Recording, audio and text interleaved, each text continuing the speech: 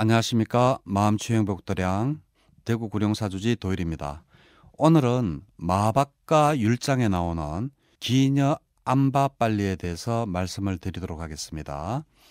기녀 암바빨리 그러면 많은 분들이 아시고 계실 겁니다. 부처님께 망고동산을 기증한 그러한 기녀가 되겠습니다. 그리고 나중에 출가를 해서 아라한이 되는 그러한 기녀가 바로 암바빨리가 되겠습니다. 이 마하박가 율장에는 암바빨리에 대해서 굉장히 상세하게 나와 있습니다. 이 암바빨리가 살아온 길을 되짚어 보면 우리가 배울 점이 너무 많기 때문에 기녀 암바빨리에 대해서 말씀을 드리도록 하겠습니다.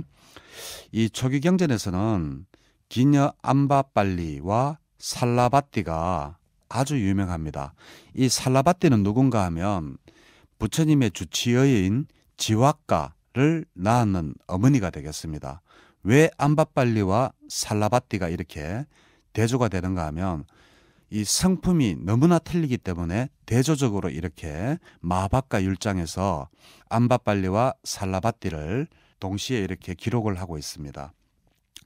그리고 이 율장 대품에 보면 기녀의 사생활을 알 수도 있고, 그리고 하룻밤에 벌은 돈이 얼마나 되는지 아주 상세하게 묘사가 되어 있는 것도 특징이라고 하겠습니다.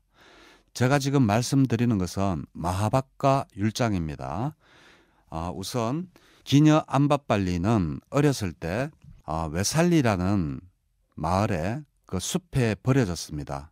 그래서 숲을 지키는 그 숲지기에 의해서 길러졌기 때문에 바로 암바빨리로 이름이 불리어졌습니다.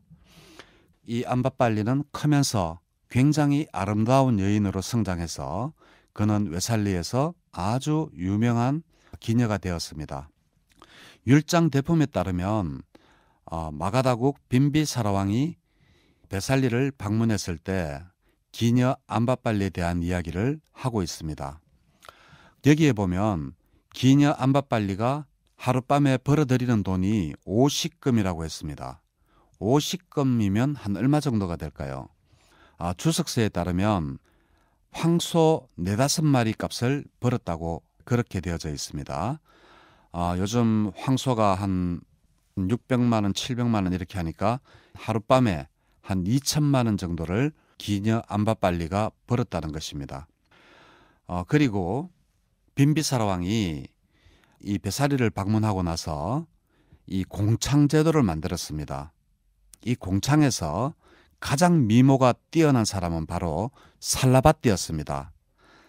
암바빨리가 아니라 바로 살라바띠였는데, 이 살라바띠가 하루에 번 돈은 얼마 정도 되느냐? 율장 대품 641쪽에 따르면 100금을 받았다고 합니다. 100금은 기녀 암바빨리가 벌어들였는 수입의 약 2배 되죠. 그죠? 암바빨리가 하룻밤에 2천만 원 정도 벌었다면 이 살라바띠는 한 4천만 원 정도 금액을 하룻밤에 벌었는 겁니다. 자, 그러면 이 암바빨리보다 화대가 2배나 높았던 살라바띠는 다른 곳에는 나오지 않고 오직 율장 지박가 꼬마라 빠짜 이야기에만 등장을 합니다. 왜 이렇게 살라바띠가 얼굴도 더 예쁘고 화대도 더 많이 받고 했지만 왜 여기에만 등장을 할까요? 율장에만. 그것은 첫 번째로 공창녀이기 때문에 그렇습니다. 출신 성분이 다릅니다. 그리고 또 하나는 생명을 대하는 태도가 암바빨리에 비해서 너무나 다르기 때문입니다. 이 암바빨리는 자기의 아들인 비말라 꽃냔다를 자기 손으로 잘 키웁니다. 그렇지만 살라바띠는 나중에 부처님의 주치의가 된 지박가를 자기의 돈벌이에 방해가 된다면서 아기가 태어나자마자 쓰레기통에 버리게 됩니다.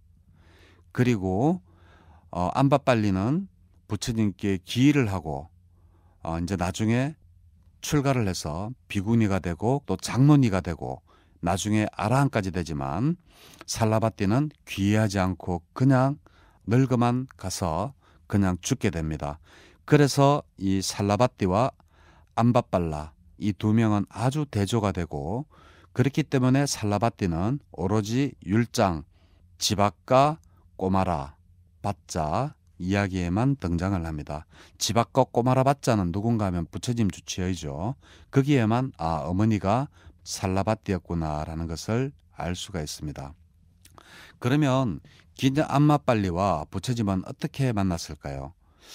자, 부처님께서 반열반에 들 때가 가까워져 왔음을 알고 왕사성을 떠나서 부처님의 고향인 카필라스바뚜, 부처님이 태어나신 그곳을 고향을 향해서 떠나갑니다. 그곳을 향해 떠나가다가 부처님께서 암바라띠카 마을을 지나서 빠딸리를 거쳐서 외살리로 들어섰을 때 암바빨리가 소유한 망고숲에서 잠깐 쉬고 있었습니다. 그때 바로 암바빨리가 부처님께서 오심을 아시고 부처님께 찾아가서 공양을 청합니다. 공양을 청하자 부처님께서는 항상 허락을 하실 때 침묵으로 허락을 하시죠. 그러자 이 암바빨리는 감사의 인사를 드리고 부처님을 오른쪽으로 세 바퀴 돌고 예를 표한 뒤에 이제 돌아갑니다. 그런데 라차비족들도 부처님께 공양을 올리고자 부처님을 찾아오게 됩니다. 이 라차비족은 어떠한 족인가 하면 나중에 부처님이 열반하시고 난 다음에 부처님의 사리를 어떻게 분배할까라는 문제로 서로 다투었을 정도로 아주 강력한 부족이었고 돈이 많아서 아름다운 옷과 찬란한 마차를 타고 다녔다라고 이제 이렇게 기록이 되어져 있습니다. 그래서 암바빨리가 부처님께 공양을 청하고 난 다음에 외살리로 돌아가다가 라차비족은 부처님께 공양을 청하러 오는 중이었는데 서로 마차를 부딪히게 됩니다. 그러자 이제 암바빨리가 라차비족들에게 묻습니다. 아니 왜 이렇게 마차를 부딪혔냐고 묻자 우리가 부처님께 이렇게 공양을 청하려고 하는데 당신이 먼저 이렇게 공양을 청한 것 같아서 마차를 세우려고 부딪혔다 이렇게 이야기를 합니다. 그러니까 암바빨리가 맞습니다 그러면서 부처님께서 저의 공양에 응하셨다라고 이야기를 합니다. 그러니까 이 라차비족의 사람들은 그러면 황금 10만 냥을 줄 테니까 그 공양을 우리에게 양도해라 라고 합니다. 황금 10만 냥 같으면 요즘 돈으로 환산하면 약 한 300억 가까이 됩니다. 정말 대단하죠.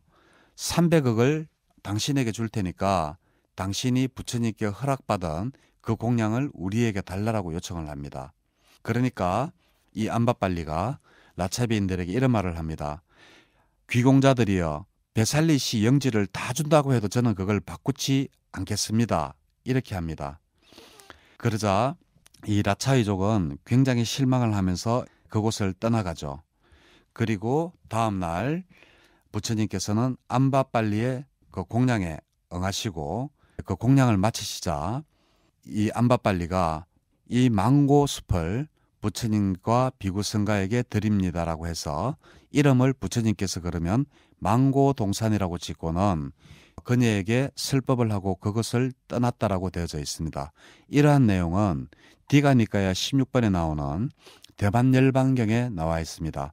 그러니까 부처님께서 암바빨리를 만나게 된 것은 부처님께서 거의 반열반에 드실 때쯤 대반열반경이 부처님이 열반하시기 전 1년 반 정도 전부터 기록이 되어져 있으니까 부처님 열반하시기 1년 반쯤 어디쯤에서 이 암바빨리를 만났다고 추정해 볼 수가 있겠습니다.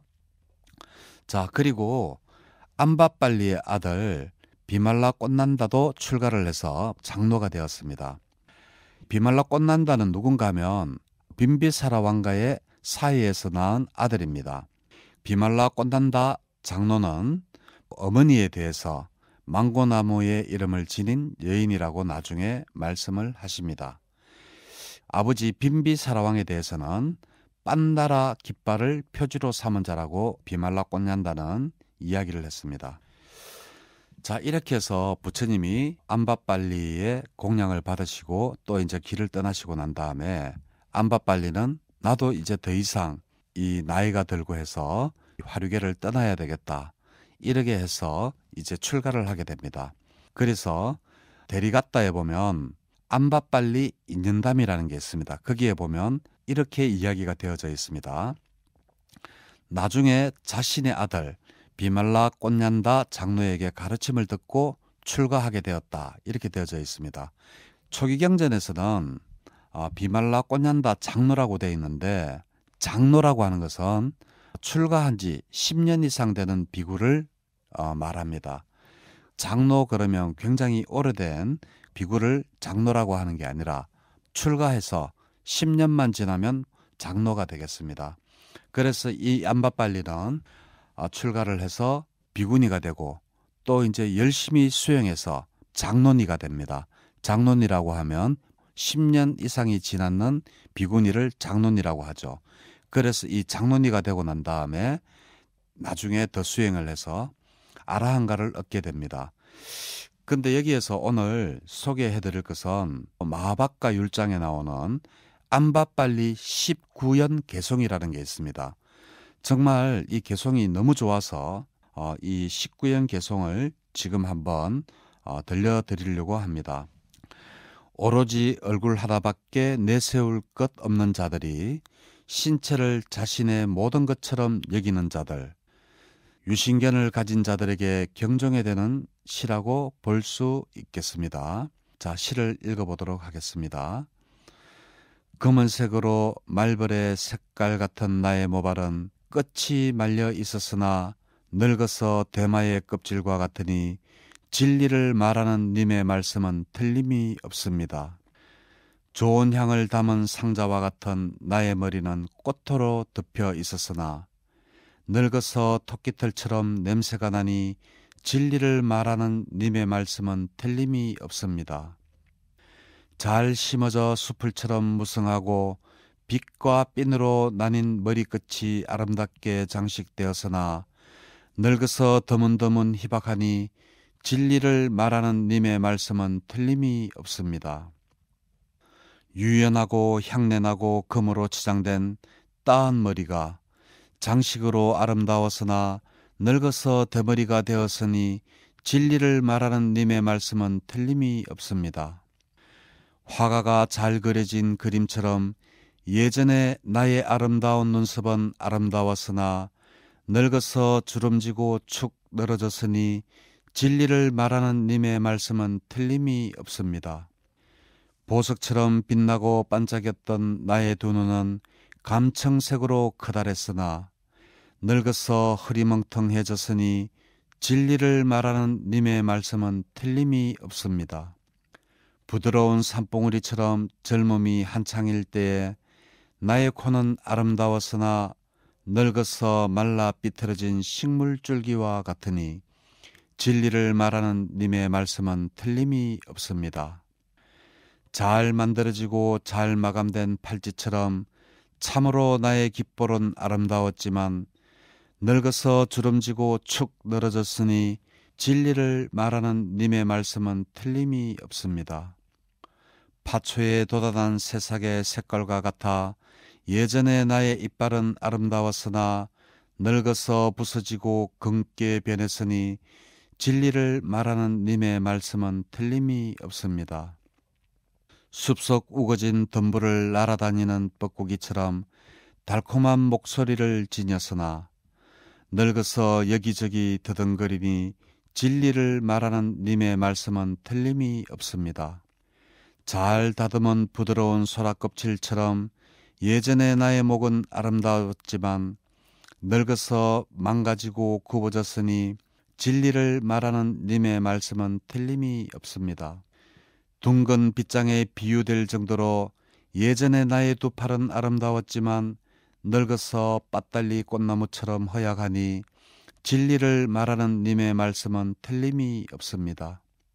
섬세한 반지와 금으로 단장하였으니 예전에 나의 두 손은 아름다웠으나 늙어서 뿌리줄기처럼 되었으니 진리를 말하는 님의 말씀은 틀림이 없습니다. 위로 둥글게 부풀러 올라 뽕긋하였던 예전에 나의 두 유방은 아름다웠지만 물 없는 물주머니처럼 축 늘어졌으니 진리를 말하는 님의 말씀은 틀림이 없습니다. 잘 연마된 황금의 기둥처럼 예전의 나의 몸통은 아름다웠지만 쪼글쪼글한 주름으로 덮였으니 진리를 말하는 님의 말씀은 틀림이 없습니다. 코끼리의 코에 비유될 정도로 예전의 나의 두 허벅지는 아름다웠지만 늙어서 대나무의 줄기처럼 되었으니 진리를 말하는 님의 말씀은 틀림이 없습니다. 섬세한 발찌를 차고 금으로 장식해서 예전에 나의 두 정강이는 아름다웠지만 늙어서 창기의 마른 줄기처럼 되었으니 진리를 말하는 님의 말씀은 틀림이 없습니다. 솜으로 가득 찬 것에 비유될 정도로 예전에 나의 두 발은 아름다웠지만 늙어서 갈라지고 쭈그러들었으니 진리를 말하는 님의 말씀은 틀림이 없습니다. 이 집적의 몸은 이와 같아졌다. 노쇠하고 많은 고통으로 회반죽에 떨어진 낡은 집과 같아졌으니 진리를 말하는 님의 말씀은 틀림이 없다. 자, 이 19개 개성은 모두 신체에 관한 것입니다. 신체 중에서도 재행무상에 관한 것이죠. 그래서 암바빨리가 무상고무아를 깨달아서 나중에 아라한이 되었습니다. 자, 암바빨리 참 대단한 여성인 것 같습니다. 자, 오늘은 기녀 암바빨리에 대하여 말씀을 드렸습니다. 네, 감사합니다.